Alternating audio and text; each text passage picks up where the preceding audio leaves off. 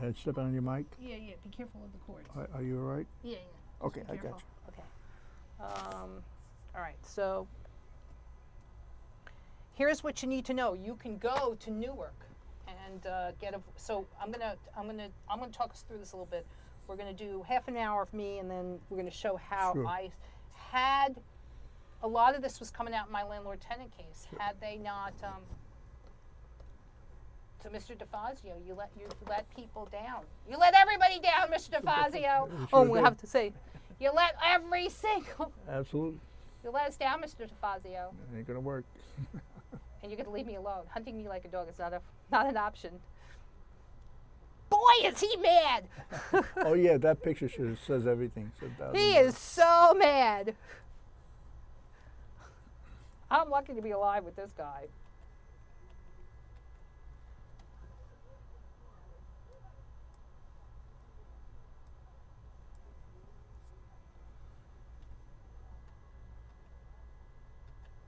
You let us down, Mr. DeFazio. You could have been a hero.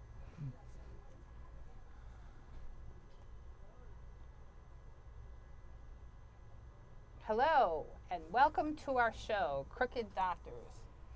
Bill, who's going to be with me for weeks, possibly months, why don't you say hello to the audience? How do you do, folks? We're here live. And we're going to stay alive. Stay alive. They like to make jokes.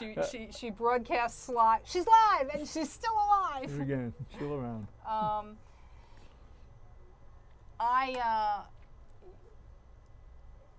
I went to Trenton yesterday and testified against the Hudson County prosecutor, Mr. Ed DeFazio. Yes, you did. And Mr. Ed DeFazio lives in Jersey City. Yes, Paulus Hook section. Yeah, the historic Paulus Hook section, which, by the way, is a pretty swanky place to live. It is. It's certain councilman's ward. Oh my gosh, is that Steve? Ward E. Is Paulus Hook in Ward E? Yeah, I believe so. It's the waterfront, absolutely. Oh my goodness. What I got to do is let me show what I'm going to change the camera view for a minute, and I'm going to show. This is me in Trenton yesterday, and I testified against Ed DeFazio. This is from the Jersey Journal and the Star Ledger. So let me just go up here so you can see this. Thank you, Mike Conti at the Jersey Journal. Yep. Thank you so much. So if you go to this website, you can look at this. This was me testifying against. As Bill Doherty and I were talking before the show, he's like, you know something, Lydia? That photograph shows it all. It says it all, folks. This is Mr. Ed DeFazio. You seem mad. And yeah. He is a little irritated. Bill, you're not going to let me die out there, are you, Bill? Say the least. Okay, Mr. DeFazio is the Hudson County prosecutor. And he is not pleased because I showed up at the I went to Trenton, New Jersey yesterday, and I testified against Mr. DeFazio at the Senate Judiciary Committee meetings. I should also thank the Star Ledger. Hudson County prosecutor Ed DeFazio, listens as Lydia Radin, a former student at the Albert Einstein College of Medicine, speaks before the Senate Judiciary Committee against DeFazio's nomination to be a judge of the state's Superior Court at the State House. Radin accused DeFazio of corruption in connection to a court case she has against her school. Thank you, Star Ledger! Star Ledger, great story. They made a little video. I was shocked. I was shocked because I thought that they were going to try to suppress it, but they're not. So should we go to the video? Sure, absolutely. Okay, so let's go to the video. Hold on, let me make sure that everything's coming through. I'll read the little caption here. During a state judiciary committee for Hudson County prosecutor Edward DeFazio, Lydia Radin, a former student at the Albert Einstein College of Medicine, spoke out in I was against Mr. DeFazio, that he's part of a cover-up of corruption, and he is. And thank you so much, Star Ledger. So let's go to the. Let me make sure I got everything cooking. Okay, let's go. I'll have a comment in a minute, but go ahead, Lydia. Okay. We should be able to play this. How come this is not? Oh, here we go. It's a little-known fact now that come feeding time, They're going to do the commercial. We got to suffer through the commercial. Sorry, guys. We'll suffer through the commercial, and then we'll get to the video. Because I'm okay, here we go. Area Casino Resort. Okay. He's been helping my medical school, the Albert Einstein College of Medicine at Yeshiva University, steal money from a federal Pell Grant program since 2005. One second, ma'am. I believe the witness is out of order in making the allegations that she's making. Actually, I wrote part evidence. I wrote 3 documents that are And she certainly can submit those documents, but let's make it certain that those, and be clear that those allegations are just her allegations and not any assertion of fact. These are not allegations. I actually brought you hard facts. What you have here is a subpoena that was made in July of 2009 for my educational records from my medical school. What I discovered was that from February of 2009, at least, the Jersey City Municipal Prosecutor's Office had my educational records in his hands. And those educational records showed that I was telling the truth. My medical school lied about me. For example, and this is irrefutable, in 2006, an Orthodox Jewish woman from my medical school called me and asked if I would be a witness against the school. My school paid an attorney, John Scarfone, to go into federal court and lie about me in 2006. In February of 2009, the Jersey City Municipal Prosecutor had in his hands my educational records that showed the school lied 3 years before in 2006.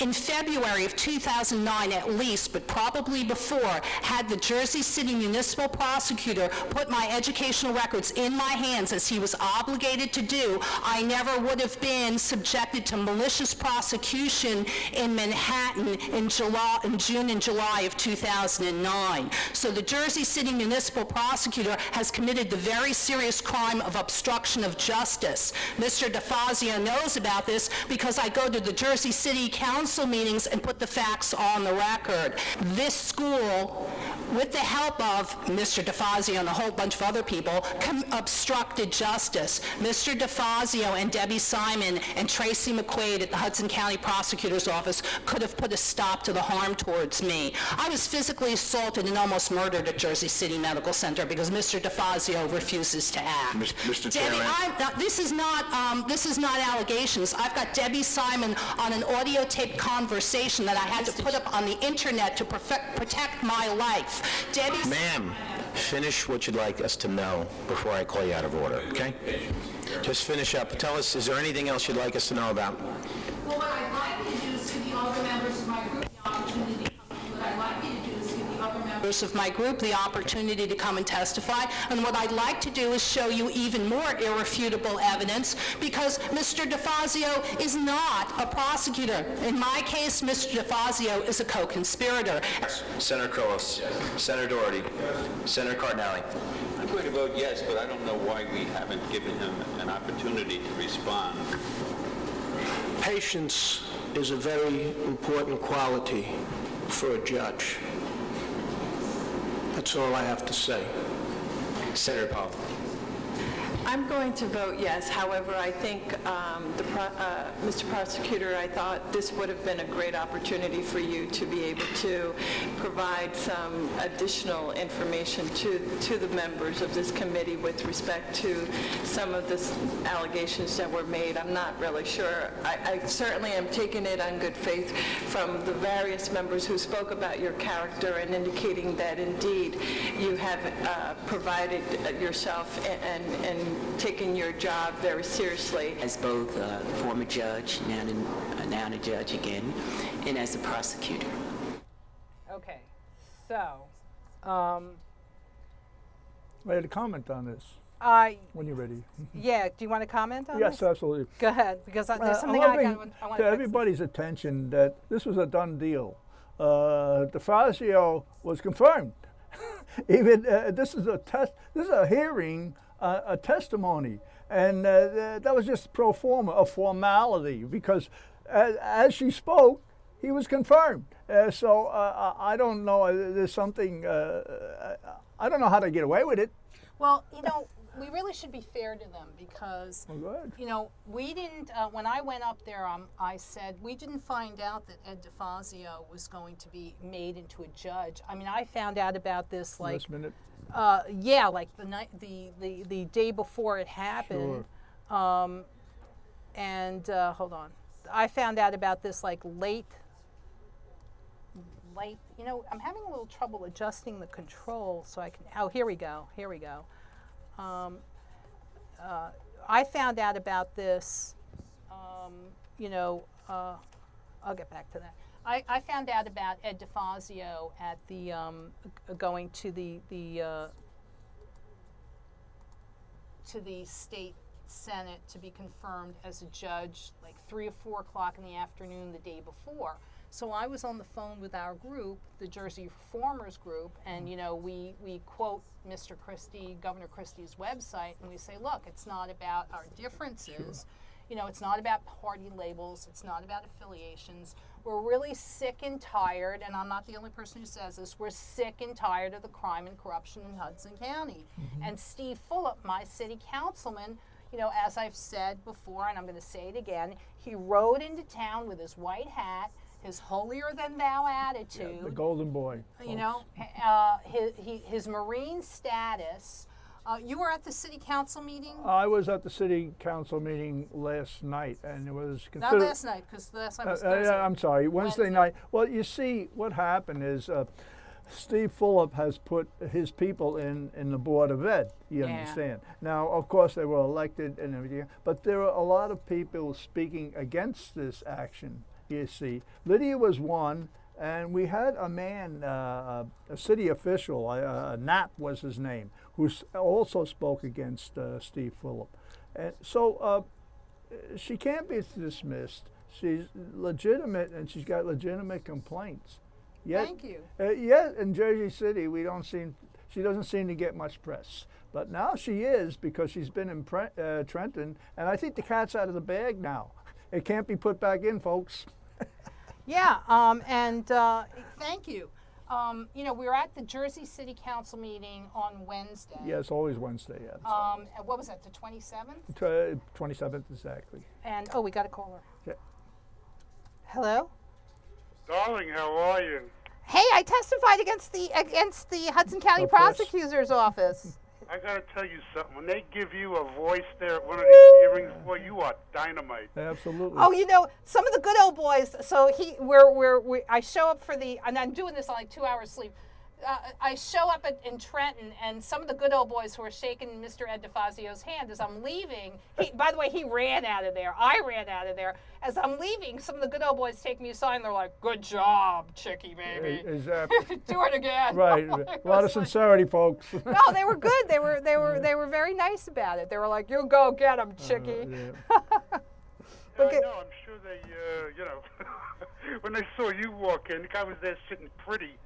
Until you got up there to the Listen, you say nothing yet, because I got my own videotape. You're getting a little tinny. I want to tell you something. Let me tell you something. If you don't show up next week, he'll get me. DeFazio first. Oh, you got this. I tape recorded the hearing to protect myself. But I'll show you something else. You can listen to everything that was said. No, the last time I saw that look on a guy's face, it was in the Godfather movie. Oh, isn't it amazing, Ben? Yeah. I was just talking about that. Right on. DeFazio, you know what he's... Mad as hell. Mad as hell. I had videotaped him before the hearing, because I got him aside and I said, Mr. DeFazio, I'd like to speak to you. Like, I want to give you every opportunity to do the right thing. Mr. DeFazio, when are we going to talk about So we had a personal interaction, and I videotaped it. Wait till I put that up.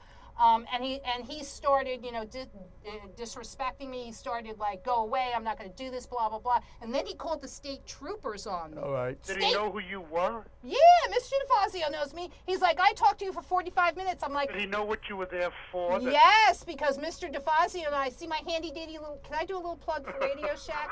Radio Shack, I'm doing this for free. This is the activist's best friend. You go down to Radio Shack or B&H. Yeah, B&H is also at 34th and 9th. Sure. I I love never B&H. have to. But go down to B&H or go down to Radio Shack, and for your lousy $50, this is the best protection you can buy. I tape recorded a conversation between me and Ed DeFazio. It's like, and he must have done it too, because he's like, I have a 45-minute audio tape. I'm like, well, so do I, Mr. DeFazio, and I'm putting it up there on the internet. And I'm like, whoops, let me bring this down. I'm like, Mr. DeFazio, you know that I was subjected to the crime. He's like, well, what do I charge them with? I'm like, what do you charge them with? This is like months ago, maybe almost a year ago, 45 minutes on audio tape. Mr. DeFazio, you're the Hudson County prosecutor. You charge them with aggravated assault and battery, fraud, Medicaid fraud. Wait, $15,000 of taxpayer money wasted on me. Mr. DeFazio, they knew what they were doing every step along the way. I can prove it. It's premeditated attempted murder. You don't know what to charge them with? I know what to charge them with. Come on, Mr. DeFazio. No, I'm sure he was taping you like Polinsky was when he was calling you a nudnik that time. Mr. Polinsky is blaming everything on his... thank you for bringing up Mr. Polinsky.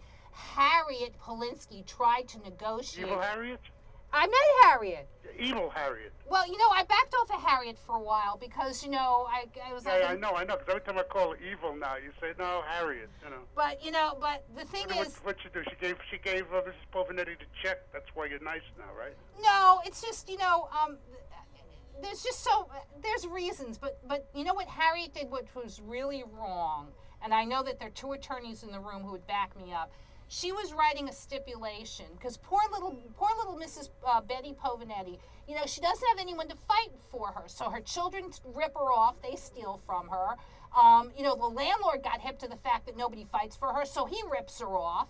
It's really very unfair. Yeah, it is. And then now they're picking on poor Brother Tapia. Brother Tapia is from the... Boys, Brother Tapia could be mad at me. Give him a plug. They're picking on poor Brother Tapia. Brother Tapia is trying to help. Brother Tapia is one of the church elders for the Jehovah's Witnesses.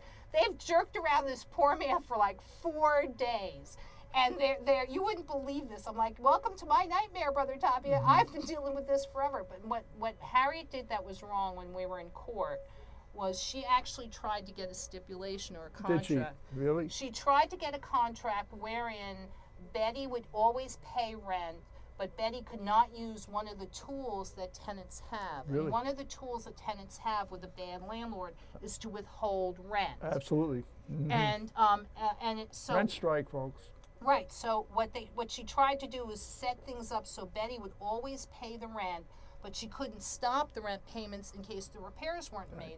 Now, in Betty's apartment, she's got two issues. One Brother Toppy and I are working on, but the other issue is repairs have not been done for a long... The place is disintegrating. So the evil Harriet Polinsky was trying to negotiate a contract where Betty would always pay the rent but not be able to withhold rent. Is she a lawyer? Yes, she is, and so is Gilbert Polinsky. And Mr. Polinsky is playing a little game where he's trying to blame the lawyer. Well, the lawyer in charge is his wife, Harriet. Now, Harriet's playing a little game where they're all trying to blame poor Steve Rubenstein. So Steve Rubenstein's getting all the blame here. But Harriet and Mr. Polinsky, Gilbert Polinsky, don't want to beat up on me too much because they know I'm doing the right thing. And one of the things they like, because they're lawyers, is they know that us... In Jersey, me and Bill Doherty, I know your name. Yeah. Me and Bill Doherty are trying to get a new law passed. Where tenants would cover attorney's fees. Right, is that the one? Right. Now Okay. nobody likes this because lawyers have such big. Nobody likes this. I was like, but isn't this wonderful? It's part of the Republican agenda. You're supposed to create new sources of revenue. Sure. in the private sector. Absolutely. So with our cases, we were trying to create a new source of revenue where if you were a tenant and you win against your landlord, your attorney's fees would be paid by your landlord. Yes, as it now And I'm stands. sure that Yeah. I'm sure that you've seen that DeFazio kind of face looking at you many times before when you can. Mr. DeFazio, I mean, if he is home scheming. Yeah. When Picture of he him is again. home, That look, boy. he is home scheming, figuring out how are we going to get her now. Believe me, he Now I have a is. question. Now, Ben, hold it. so angry Yeah, over Ben, I have a quick question here. Now that he's been confirmed as a judge, he's not subject to recall. There's no further. I mean, Yes, that's there it. So that there is further action. Yeah, that we can can take further action. Very That's- good. Were you So the it's not only over, person- folks. No. Go ahead, Ben. What were you saying? Were you the only person speaking against him that day at that hearing? Unfortunately, because we only found out about this like the day before. Right. So we got a little group put together, and we loosely call ourselves the Jersey Reformers. We weren't Good. calling ourselves the Law and Order group, but Jersey Reformers is good. Yeah. Very good, Liddy. we were calling ourselves. We didn't know what to call ourselves. We're a group of concerned citizens. No, We're interested in no, law and no, no. order. I mean, Reformers is the best. so. We had loosely called ourselves, when we first went to Trenton, we loosely called ourselves the Law and Order group, and I'm like, you know what's going to happen? One of us is going to get a parking ticket, and they're going to start ridiculing us. Yeah. So now we Did just, they notify the public when they're going to have a hearing like that to appoint a judge so a wider collection of people would know to come down there? well, that's one of the things I asked for, and I'm actually very glad that thank you for bringing this up, Ben. Because one of the things I asked for at the hearing was, could you table this nomination, at least so that some of the people who want to come forward and talk about how Ed DeFazio's office hurts people. And this happened to Patricia Waiters. I was on the phone with Patricia. I'm like, Patricia, you got to get down here. You've got to ask these people to table this. And the reason why is, you go to Debbie Simon, you go to the Hudson County Prosecutor's Office, you make good faith efforts. They smile in your face. They tell you they're going to do an investigation. They never do. And then when you go back to follow up, they threaten you, the victim. This is what happened. You know Patricia, right? Yeah. This happened to Patricia. She went back to Ed DeFazio's office. You wanted to twist your head right off your body like a bottle cap. I'm sorry? I said that, but the picture of his face there looking at you, I'm sure in his mind he was saying that he wanted to twist your head off your body like a corkscrew.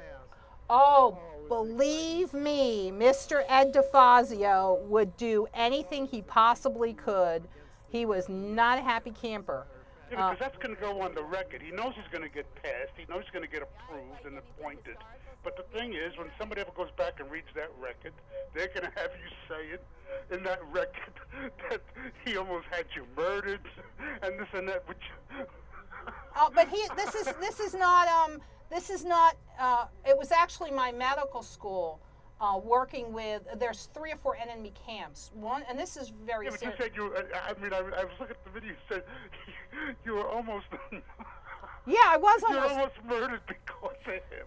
No, well, no. I mean, but the thing is, the guy got appointed, but still, that stuff is still in his record. But it's know? not. It's not going to go away, because here's the thing: just because, and I think some of the state legislatures, the state senators, were trying to say, hey, I'm voting yes, but shouldn't we hear more about this? Yeah, that was my impression too, Ben. Yeah, but he was going to breeze through this appointment. Now he's got a sentence like almost murdered in that transcript. Well, somewhere, yeah. you know? But he's not going to, because one of the things that we can do and are doing, like when he ran out of the room and I ran out of the room, I went straight to another office and said, this has to be looked into. Then I went to law enforcement and I said, you know something? I got to go back to Jersey. I got to go back to New York. And Mr. DeFazio in Jersey City is going to be scheming about how to get rid of Lydia Radin. And it's a shame, because I was handing Debbie Simon, Tracy McQuaid, and Mr. DeFazio a case, and they need to take it seriously. Yeah, well, I think if he sees you again, he's just going to leap at you. He's going to pull every dirty trick in the book. Well, and remember something. Your chief had changed your records. He might try to change this Jersey record. Who knows? Well, you can't fool all the people all the time. And one of the things that should have happened was that we should have said, look, this nomination should be tabled, and we should look into this again. And Mr. DeFazio, you got real criminals here. And no, really. And what and one of the things that I showed them, and I'll show it here too. is one of the things that the Jersey City Municipal Prosecutor, we looked at this before we went on air. Remember I showed you this? These are my educational records that the Jersey City Municipal Prosecutor has. I'm going to show this on screen right now. Go ahead. These are my educational records. Whoops. These are my educational records from the Albert Einstein College of Medicine, right here. Right? So what they've got on them is a sticker from Jersey City, from the Jersey City Hospital. I'm like, listen, hospitals do not get their hands on a student's educational records right here. How did Jersey City Medical Center get their hands on my records? Because the little scheme that they were going to pull is, and this is from the Albert Einstein College of Medicine, Introduction to Clinical Medicine, right here. This is my faculty evaluation of student performance. How did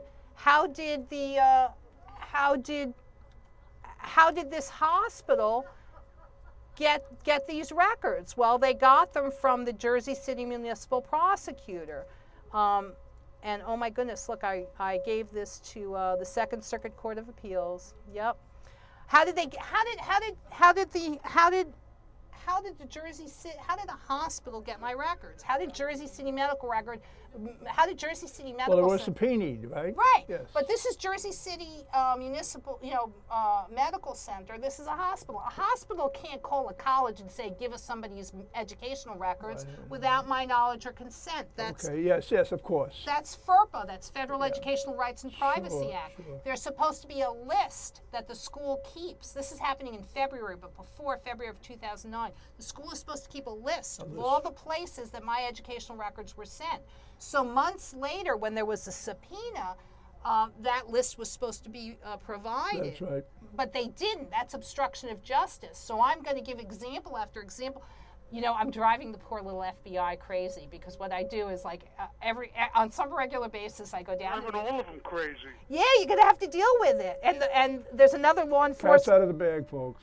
There's another law enforcement agency that looked at this and they're like, oh my gosh, the FBI is going to be very upset about this. I'm like, yeah, because my FBI file has been falsified. The FBI has been told not to take my phone calls, not to take me seriously. Why? Because Jimmy David is a dishonest psychiatrist who's been running around behind my back telling lies. And one of the things that we discussed before the show is that here's how we're going to help the 911 first responders, and this is really important. Yes.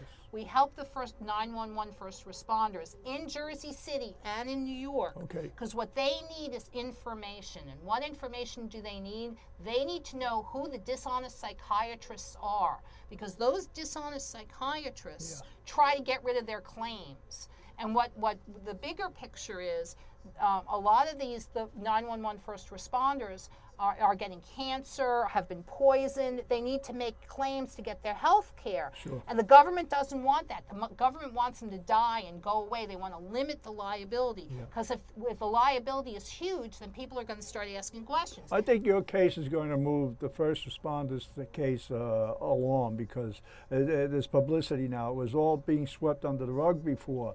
Now that's not the case. Am I right? Exactly. And here's what I said to the 911 first responders, because they're dependent on the regular news media, but the regular news media likes to shut them down. Maybe John Field will fight so much to get like 30 seconds. I'm like, Mr. Field, come into the studio. Come on in. Get an hour. Get more than an hour. Sure. We'll do as much as you know. Whatever you need. Right? Yeah. I mean, there are. John Field has men and women who are dying, and their stories will never be told. Come into the studio and let the American people know that these are failed foreign policies. Sure. These are failed domestic policy, because you paid with your life. I paid with mine. Okay, I paid in blood. I paid with my life. Well, the story's out now. You, first responders, so a lot of stuff's being done here. Credit to you. So and Bill, Thank you. Oh, of course, we'll see. And Mr.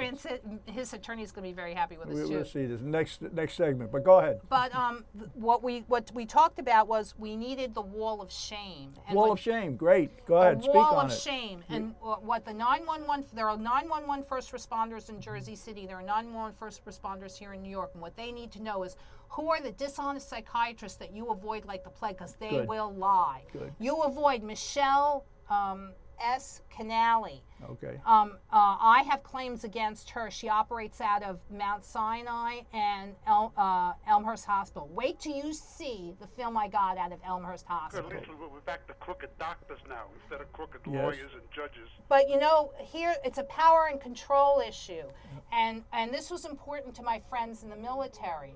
This is why I was talking to Colonel Kevin C. Riley and other people.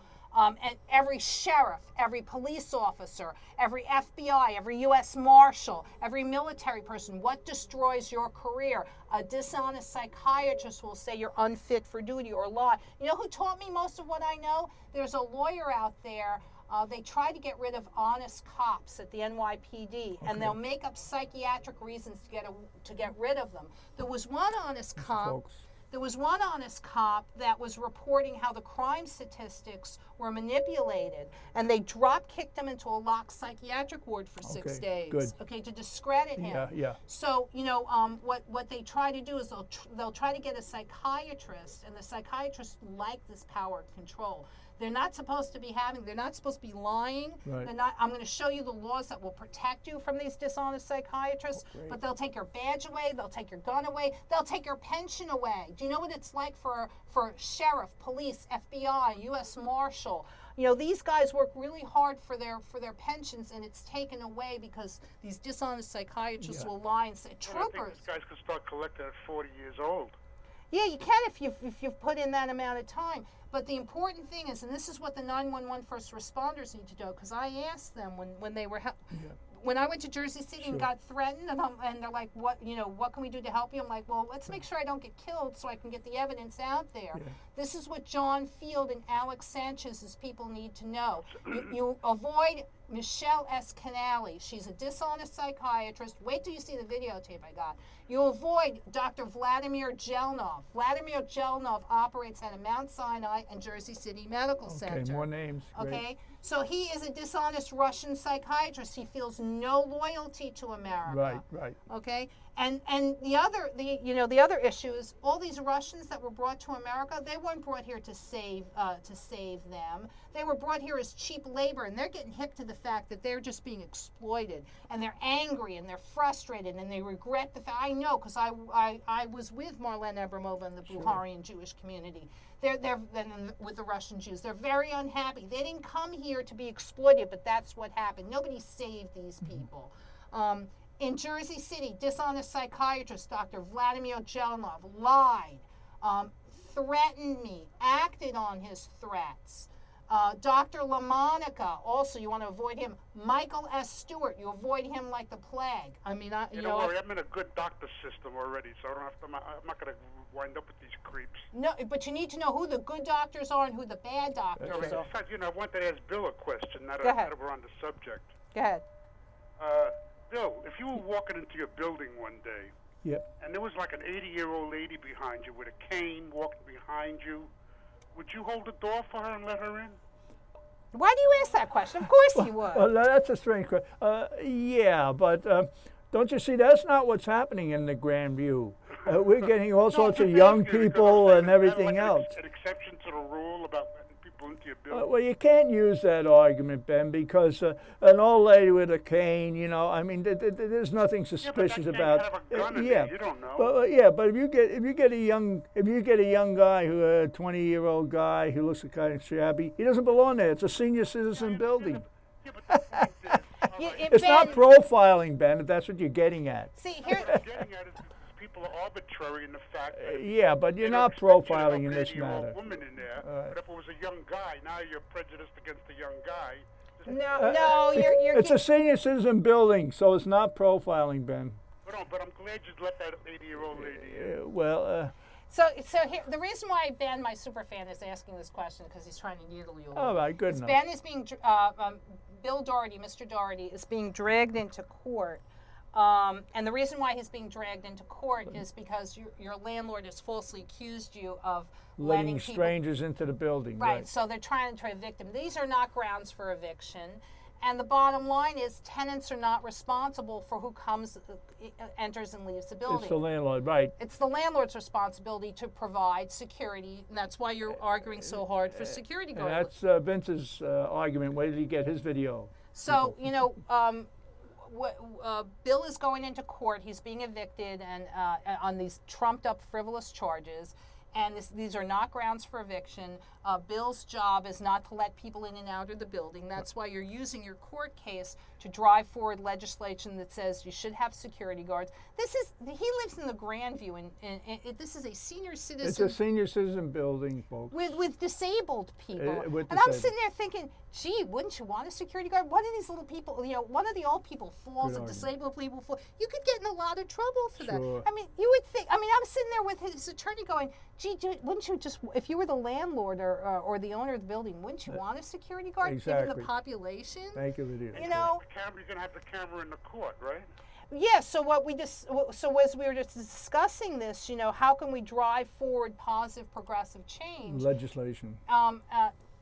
He's being taken into court for frivolous reasons. He's going to win his case. He's going to ask to be reimbursed for his attorney's fees. This is what I asked for when I went into court 3-4 times. I'm winning against my landlord, and my landlord is just dragging me into court to harass me with these frivolous reasons, and now I'm being milked for attorney's fees. If I win, my landlord should pay my attorney's fees, and this will have a huge protective value because my landlord is going to have to think long and hard now about pressing false criminal charges and false eviction charges. Just 1 second. Because my landlord's going to have to think about he has to pay his attorney and my attorney. So this is but I wouldn't worry about it, Lydia, because you got a paper trail Helen Keller could follow. You know what I'm saying? Well, that was the point, but my life should not be, and thank you, but my life should not be devoted to, you know, every dirty lawyer trick in the book. A license to practice law is not a license to lie. It's horrible. So when I asked for attorney's fees, and we can look at Judge Fast's ruling, and Judge Fast says a couple things that are very wrong. interesting, folks. You know, we're going to look at that.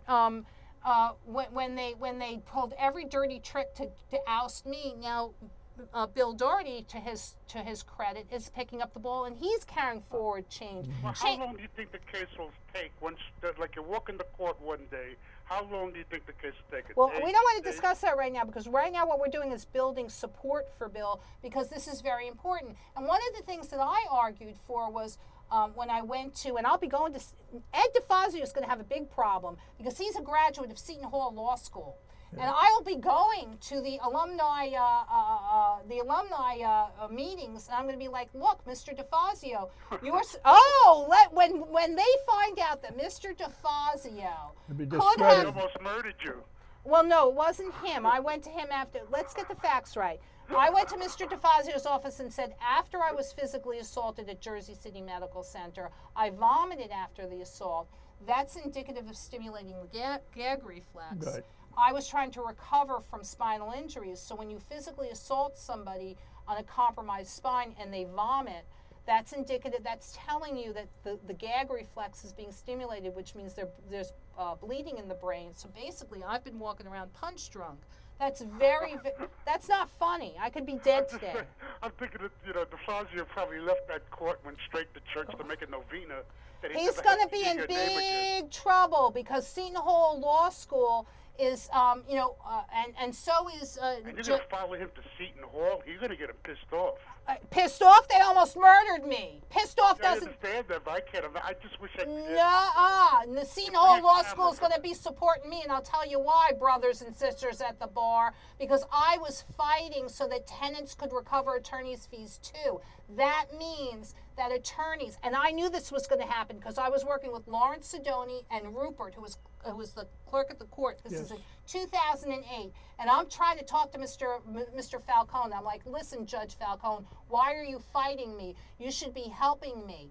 And why are you fighting me? You should be trying to get my financial records from my medical school. So, Mr. Falcone, if you really wanted to come down to this, the fight will be carried on at Seton Hall Law School. Because what I'm trying to do, Mr. Falcone, is to make sure that tenants can recover attorney's fees too. So that, and here's the problem, I'm talking to tenants on my block.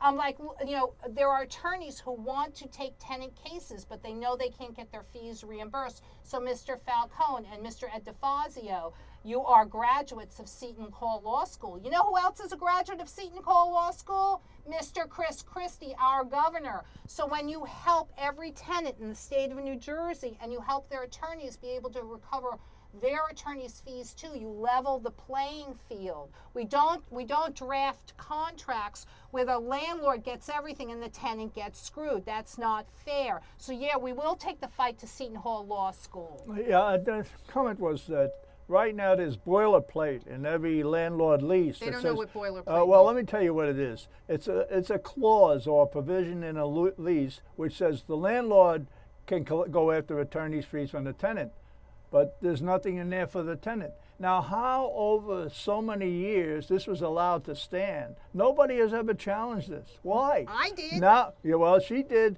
and now I'm challenging it, and I'm going to win. And this will reflect on Lydia's case. So we're all, the justice it's not that somehow, you know, the arc of history somehow bends to justice. The arc of history bends to justice because people like me get up and move it. Because people like like Bill Doherty get up and move it. Because attorneys like Vince Ansetti get up and move it. Exactly. The arc of justice, the arc of history moves towards justice because we're fighting like hell for it. Right. I know, this whole thing... Somebody got to do it. This whole thing smells like the waiting room in jury duty. You know what I'm saying? Well, let me change the camera view for just a second, because if you want to listen to what I said during the Senate Judiciary Committee, if you want to listen to my remarks, what you can do is go on the website right here, and this happened on Thursday, June 28th, 2012, and you can click on listen. And what you're going to get is you're going to have to add a little plug-in. There's going to be a little thing where you're going to have to add a little plug-in so that you can listen to it, which we couldn't do today because we have to ask for the tech people. But I actually do have everything on audio tape. So I taped it, and then the Jersey Journal, we have to call the Jersey Journal. Absolutely. We're going to have to call the Jersey Journal. Mike Conti of the Jersey Journal, folks. Free press, save lives. That's right. Mostly mine. More power.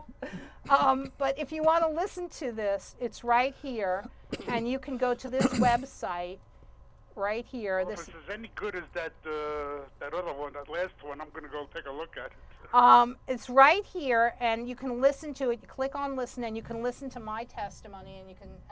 Mr. DeFazio is going to be very disappointed when I go to Seton Hall Law School and say, look, miss, I'm fighting so that... This really... Lawrence Sidoni really dropped the ball here. Lawrence Sidoni was my attorney. Yes, he's not a privately paid attorney. He was through Northeast New Jersey Legal Services, yes, which is legal aid. Yeah, I got shortchanged by them I'll tell you, myself. I hope anybody who shows up at that Seton Hall thing, I hope they pass them to metal detectors. You know what I'm saying? No, because one of the Seton Hall, this is another issue too. I'm keeping an eye on the time.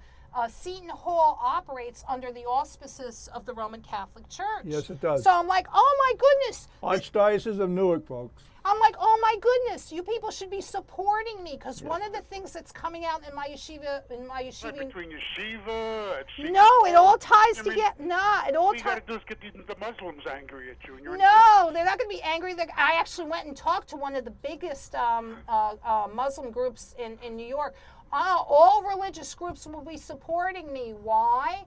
Because for the last 50 or 60 years, that's right, we all pay taxes. Our tax dollars go to promote private religious education at Yeshiva University and Torah College. Right. So I went to Senator Schumer and I said, who's against? We think it's fabulous. How much money do the Catholic schools get? For the last 50 or 60 years, the Orthodox Jewish schools get a great deal. They get public money and private money, and they promote private religious education. But when the Catholic schools try the same thing, and this is important in New Jersey, when the Catholic schools try the same thing, you get a phony baloney separation of church and state thrown in your face. So Mr. Mikey Weinstein, thanks for that segue. So Mr. Mikey Weinstein of Military Religious Freedom Foundation, he's building a great big wall of separation of church and state. Look, help build the wall.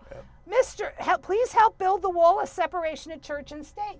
Mr. Mikey Weinstein, where's the great big wall of separation of church and state at Yeshiva University? I don't see it. Show it to me. It only applies to Catholic Church, folks.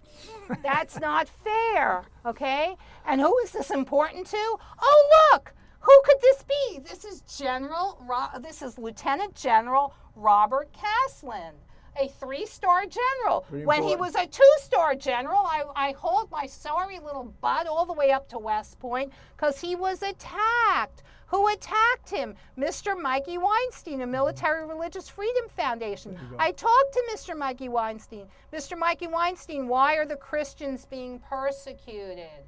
How come at Bob Jones University, and this is in my court case, see this? These are CDs of my court case, and I submitted the Bob Jones University case into Judge Patterson. Judge Patterson, there's something wrong going on here, because how come... Yeah, but you can't even get through past Patterson's secretary. They run a little criminal scheme, and what happened, I'm glad you brought this up too, because when I talked to law enforcement agency yesterday, they're like, look, we discussed Judge Patterson. They're like, Lydia, you're going to have to do another court case. In May of 2005, Judge Patterson ruled against me. In June of 2005, 1 month later, I discovered the falsified promissory note.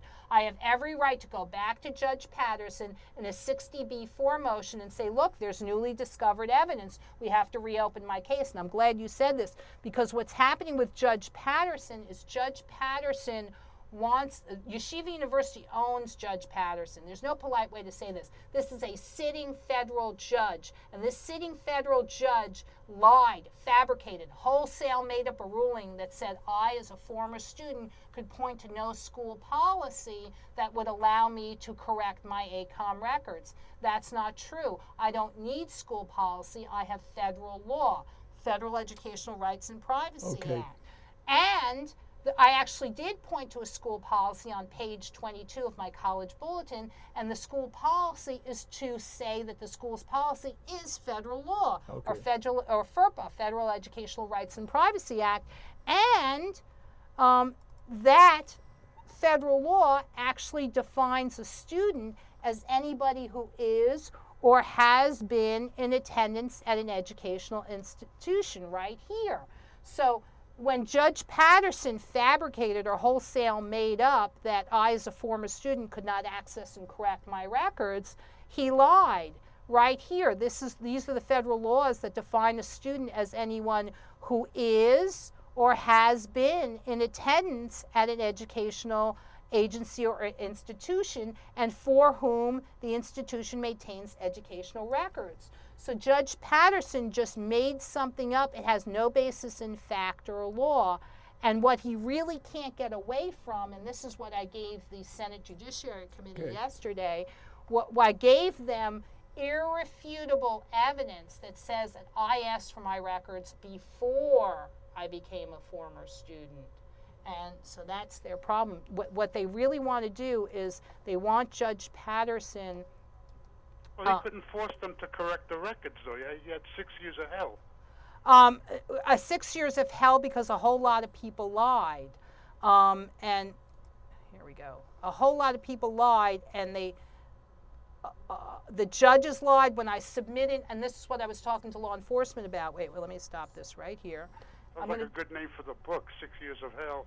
Actually, the book I was thinking of writing is, and I actually am writing it, but the title of the book is actually going to be An Ugly Truth. Ugly Truth. Yeah, right here. So you can, if you go to the, I'm going to try to increase the magnification on this a little bit. I don't know why let's see if I can get this.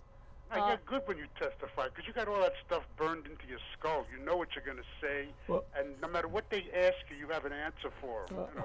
It's not that I have an answer for it. Is that what they're doing is wrong?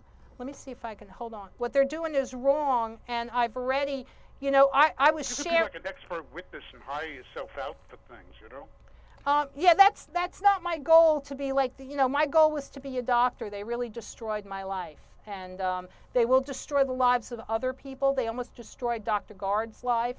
The students that I put together, in the Yeshiva Victims Group, had they not played politics badly, had they just protected me like I protected them, they would have had careers too. So you can go. Thank you, Star Ledger and Jersey Journal. This is the website where you can see my testimony, and I'm sure Mr. DeFazio is not happy about this. This is the Star Ledger. Thank you, Star Ledger. Thank you, Jersey Journal. Mike Conti, folks. Thank you, son. We're gonna have. If I were you, I would print out that picture of DeFazio and hang that thing up on your wall somewhere. That's beautiful. Yeah. That's beautiful. But I wouldn't be able to sleep if somebody gave me that look one day. I'll tell you that. Oh, they'll do more than that. Remember, I was threatened by these people. I was threatened by dishonest psychiatrist Vladimir Jelnov, who acted on his threats by threatened in writing by I was threatened in writing by Judge Nino Falcone. But the book the title of the book is going to be An Ugly Truth. So Al Gore has Good title. Al Gore has his Inconvenient Truth. Inconvenient Truth. Lydia Radin has the Ugly Truth. It's an ugly truth. It's not anti-Semitic to tell the truth. Yeah, right. You know, I've been persecuted for 25 years Yeah. by a bunch of racist Zionists associated with Yeshiva University. It's not anti-Semitic to tell the truth. No. And you know, the really sad part about City Councilman Steve Fulop is that if you can't stand up to the party and you can't stand up to a bunch of racist Zionists, even the Jewish community will not respect you. It doesn't deserve to be mayor then, right? Well, you know, I mean, the whole thing, I mean, it's a long fight, you know, but, you know, if you want to win a marathon, you got to put on the nipple tape, you know what I'm saying? True. But it's a long fight, but I think the tide is turning. Oh, yeah, the tide is turning, definitely. It's I mean, incredible. there are people who recognize the truth. You know, I was told to shut up. Nobody wants to hear your views on Israel. That you can't fool all the people all the time. I mean, there are members of the Jewish community who are coming forward and saying you have to recognize Israel for what it is. It's an apartheid. It's a racist state. You know. Hey, look, speaking of racist, I live in the capital of Puerto Rico, New York City. You know what I'm saying? You know, you have to, you know, my book is going to be U.S., the Israeli lobby and U.S. domestic policy, and it is an ugly truth. And the ugly truth is, and Mr. Weinstein doesn't seem to be able to deal with it, is the concept of separation of church. There is no such thing as separation of church and state. That is a misquote that was taken from a letter from one of our founding fathers. Sure. And I checked with, we should go back to Robert Jefferson. Kaplan. We should go back to Robert Kaplan. And I checked with, he was... you know, hypocrisy or uranium. He was... the earth. Yeah, but let me just finish. He was president of Officers Christian Fellowship. Okay. And I talked to Major Groves, and we had this conversation. Major Groves, there's no such thing as separation of church and state. If you read the Establishment Clause of our Constitution, it says that we support all faith-based groups equitably and fairly, or we support none. And the phrase separation of church and state, folks, it's not in the Constitution. That's not what the Establishment Clause of our Constitution says. Right. The reason why our founding fathers came here from England was because they were being oppressed in England. And what they wanted was a place where, you know, we support all faith-based groups equitably and fairly, or we support none. That's right. And that's not the situation we have in America. What we've got is we have a small population. Right. The Orthodox Jews are they're less than 1% of the population. They get to run private religious schools with public money. And the rest of us have been sold in a massive propaganda campaign, this phony baloney separation of church and state. It doesn't exist. And I talked about this with Mr. Mikey Weinstein. Mr. Mikey Weinstein, you should be coming to New Jersey and helping us fight in the Anti-Corruption Task Force, and please set aside this Military Religious Freedom Foundation thing. Why does he insist on being called Mikey? I mean, it's like, you know. Mikey, I don't know why. Mikey's like an 8-year-old kid. I don't know why he does that either. But you know, I like Mr. Weinstein. I respect Mr. Weinstein. On many issues, Mr. Weinstein is... You call him Mikey? No, I call him Mr. Weinstein. Oh. I would never call him Mikey. I respect Mr. Weinstein. And on many issues, Mr. Weinstein is correct. On this particular issue, he's wrong, and he knows I'm right. The other issue Mr. Weinstein has is that I read his federal court case in the Valerie Plain Wilson case, and Mr. Weinstein, for all his bluster, doesn't want people to know that, and he's going to really come after me for this. Boy, he's going to crucify. Mr. Weinstein is a coward because he should have taken on that federal judge. That federal judge lied. Valerie Plain Wilson had standing. Standing means she was harmed by what happened to her. She was harmed by what happened to her. Mr. Mikey Weinstein went into federal court and he tried to sue on behalf of Valerie Plain Wilson about what happened to her, and the judge dismissed the case saying she had no standing. She had standing, and Mr. Mikey Weinstein should have taken on that federal judge. And I called him and I said, Mr. Weinstein, Judge Patterson lied. The three judges, the appeals judges that upheld that falsified ruling, I've got 4 federal judges that either have to correct this fabricated ruling in my case or be removed from the bench. Mr. Weinstein, you got a federal judge too. That's 5 federal judges. He missed his chance. Because... No, he didn't, because I can always call him up. He's so funny. I'm like, Mr. Weinstein, are you going to hang up on me? He's like, no, you got 20 seconds, go. I'm like, it's like some sort of field test. Yep. It's a field test.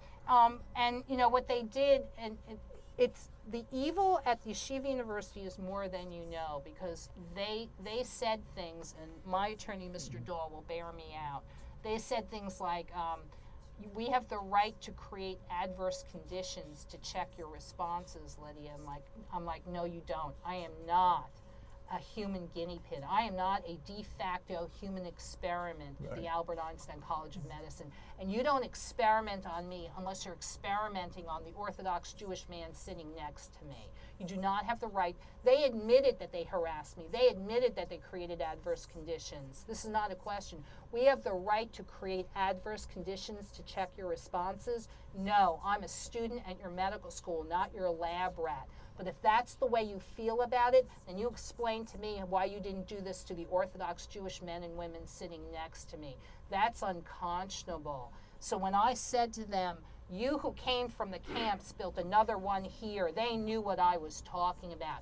This is exactly what the worldwide Jewish community fought against after World War II. You do not have the right to experiment on humans as if they were animals. Okay, not without my knowledge or consent. This was when I talk to members of the worldwide Jewish community, what you're doing to me is exactly what was done to you. You lost the high moral ground because you should have set examples of excellence for the world to follow. They didn't. They had the opportunity at the Albert Einstein College of Medicine to set examples of excellence for the world to follow, and they did not. But you know who did? New York City Councilman Darren S. Sharif went into the courtroom with Sam August. So Judge Fast, this would be the evil Judge Fast.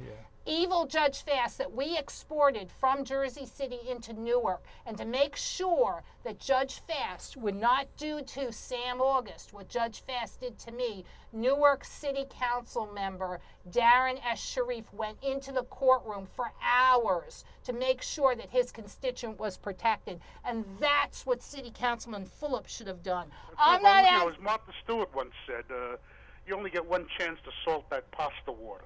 No, you don't, because the court system, unlike medicine and unlike the battlefield, you do get do-overs, and you can go back and correct what was wrong. And I'm not you were there when City Council at the City Council meeting. Yeah. City Council member Fulop is busy defaming me, saying that, you come to these City Council meetings. No, wait a minute. Wait, we're almost out of time. Sure. You only got about a minute to go. Okay, I'm not after the entire City Council of Jersey City. I'm after the Marine who lied. Well, City Councilman Steve Fulop is a Marine, and he lied. He's my city councilman. I went to him and asked him for help, and all he had to do was make a few phone calls. I'm not after the entire city councilman. Yeah. I want accountability from Steve Fulop, the law and order candidate, the guy who came into town with his white hat, his holier-than-thou attitude, his Marine status, and criticizes the good old boys. He's no better than any other good old boy. Okay, he's a fraud. You've inspired me to go out right now tonight and get a summer haircut. Really? How come? I see your summer due tonight. So we did good. Next time you have to talk, but you can be here for. I'm glad you enjoy these shows. Hey, listen. You're a kick out of this stuff. Really? We're with us fighting the good. DeFazio's going to kill me. You know that. He's a little mafioso. He is coming after me. Ben, isn't that priceless? That picture. That is the scariest picture I've ever seen. Because you know why? It was real. It wasn't an actor in a movie. It's not an act. I can imagine what that guy was thinking. He's thinking, how do I get her? The daggers that were coming out of that